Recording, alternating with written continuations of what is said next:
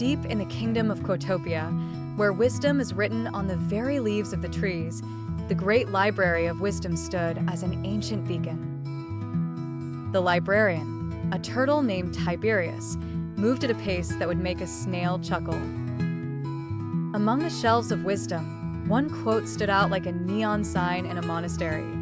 Life is not about surviving, it's about living fully. Tiberius, despite his glacial speed, epitomized this quote.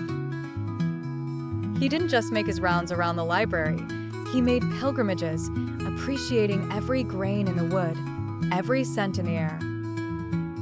One day, a hare named Harriet, who considered herself a wisdom connoisseur, darted into the library, leaving a trail of dust and impatience.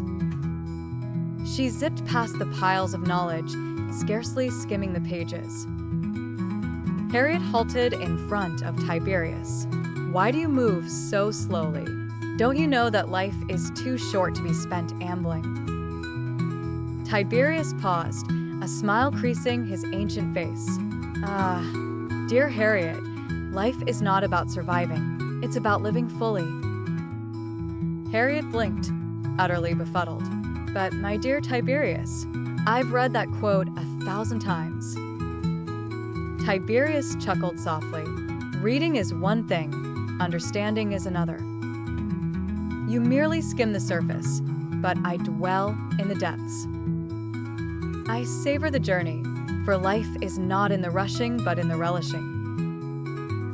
Harriet left puzzled, but over time, her visits to the library became less hurried.